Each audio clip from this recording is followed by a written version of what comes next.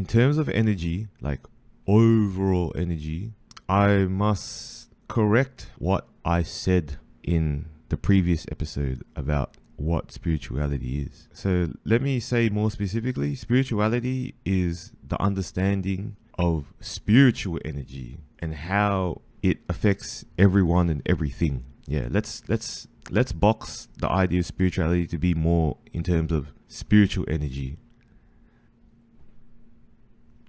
And given that it's more specifically spiritual energy, that's where this other term that I use is going to be helpful, and that's energenomics. Because originally, I used to teach people that spirituality was this, on this side, but now I have a better understanding that spirituality is now this, the understanding of spiritual energy.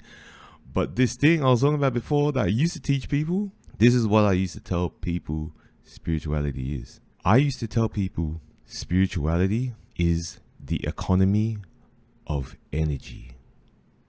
But now I know that instead of telling people spirituality is the economy of energy, now I know spirituality is, it's just the understanding of spiritual energy. And with that, the understanding also includes the economy of that spiritual energy.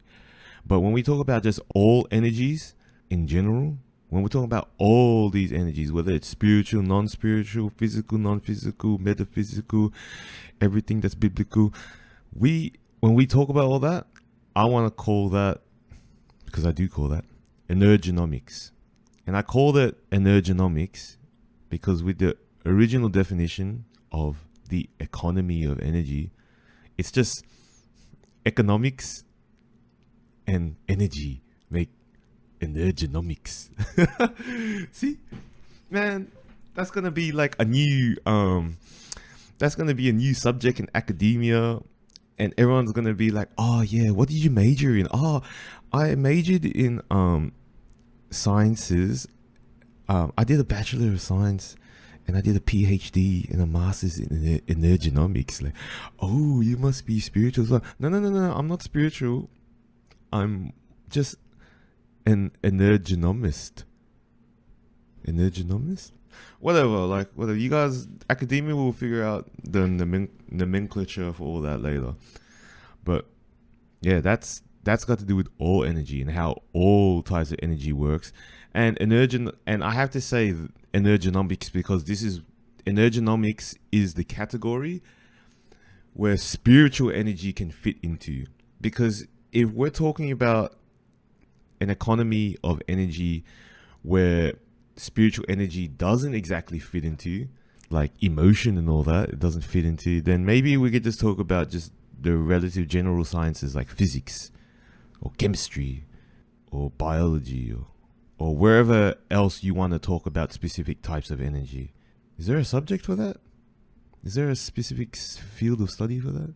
There is, isn't there? I don't know, but I'm pretty sure it falls under physics and chem, I think. Whatever. Yeah.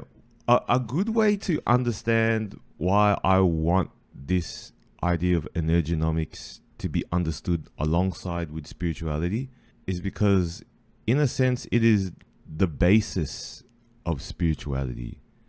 It is like the main, not the main part. It's one of the most like, what's the right word? It's one of the fundamentals. Yeah, there we go. It's one of the fundamentals of understanding spirituality.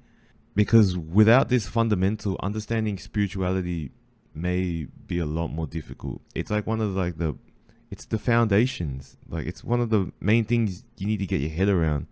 You don't have to get your head around it, but like it will help you understand a lot of things happening in spirituality a lot more. And it's just nice to know a bit. It's nice to be a bit more open to energenomics. You can understand it in a way that when we study physics or when we study chemistry, in a sense, we are just studying mathematics.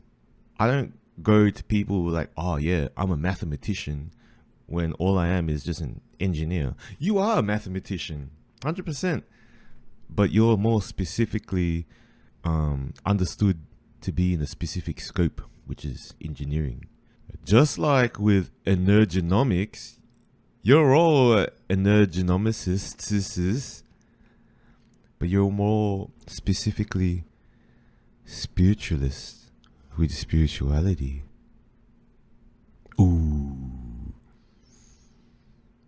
Or we could also say that you are a mathematician, but you're more specifically an energenomic, spiritualistic mathematician. Whatever, you guys understand what I'm saying.